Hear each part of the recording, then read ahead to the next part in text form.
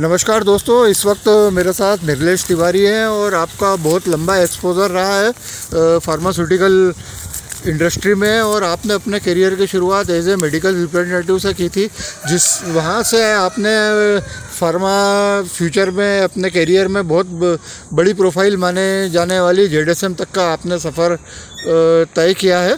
तो आइए उनके जो है प्रोफेशन के बारे में कुछ उनसे चर्चा करते हैं। नमस्कार सर, आप अपनी ग्रेजुएशन से जो है जेडएसएम तक के अपने सफ़र के बारे में बताइए।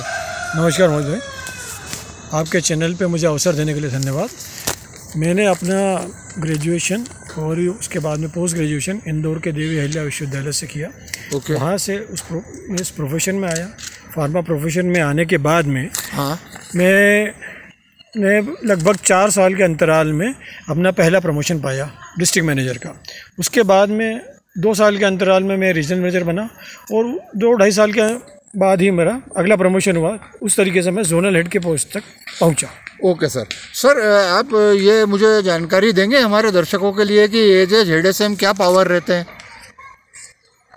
दोनों बातें हो सकती है इसमें। एक, जहाँ तक लॉजिस्टिक की बातें की तो वहाँ पे C&A और डिस्ट्रीब्यूटर को अपॉइंटमेंट और उनके फंक्शनिंग का काम जो है जोनल हेड का होता है।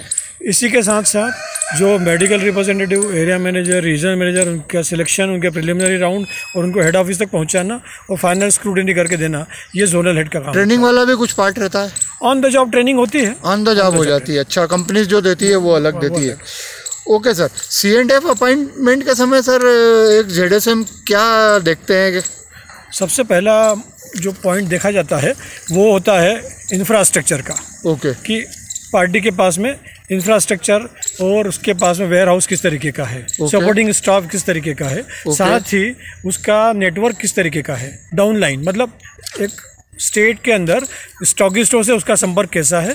और इन सबसे ऊपर एक बात आती है जो उसकी है वो उसकी फाइनेंशियल बैकग्राउंड, क्योंकि कोई भी कैश रिच कंपनी है वो आपसे कभी डिपॉजिट्स नहीं मांगेगी, परंतु पहला बिल क्लियर करने का बोलती है, पहला इनवॉइस।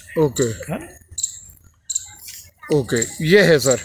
और सेकंड सर, मैं ये आपसे पूछना चाहता हूँ कि C&F के पास नीचे स्टॉकिस्ट लेवल्स है, जो leakage, breakage, damages, expired goods जो आते हैं, उसका क्या सॉल्यूशन देती है कंपनी?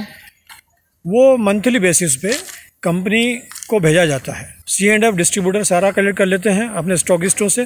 जितना भी एक्सपायरी ब्रेकेज होता है वो हेड ऑफिस भेजा जाता है। हेड ऑफिस में ही उसका निपटान होता है, क्रश होता है, डिस्ट्रॉय होता है और उसका रिप्लेसमेंट 60 से 90 दिन के भीतर कंपनी सामान्यतः दे देती है C&F डिस्ट्रीब्यूटर को, और अकॉर्डिंगली उसको भी नीचे स्टॉकिस्ट को देना होता है 60 से 90 दिन के भीतर। ओके सर, थोड़ा आप ये भी बताएंगे कि अदर स्टेट से माल आता है बिकने, तो टारगेट बेस्ड जॉब रहती है सर, काफ़ी प्रॉब्लम होती होगी जॉब चलाने में।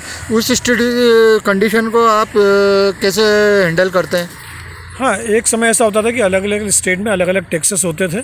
अब पूरे भारत में एक GST लागू हो गया है, तो जो इन्फिल्ट्रेशन की समस्या थी वो हल हो चुकी है। ओके।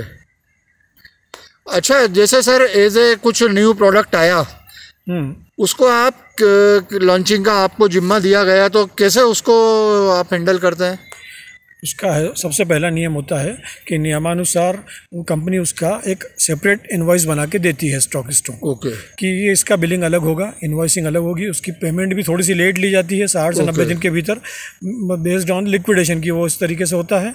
और उसके लॉन्च के समय में ही सारी प्लानिंग बना ली जाती है। उसकी लॉन्चिंग के लिए एक स्पेशल मीटिंग होती है, ब्रीफिंग होती है, जिसके लिए रिप्रेजेंटेटिव मैनेजर्स को एक ट्रेनिंग दी जाती है ताकि उसकी लॉन्चिंग सक्सेसफुल रहे। ओके सर, काफ़ी कुछ सर आपने गाइडेंस दिया। और आखिरी सवाल मेरे लेवल पे तो मुझे लगता है कि आप खुद अपनी तरफ से कुछ इन्फॉर्मेशन देना चाहेंगे?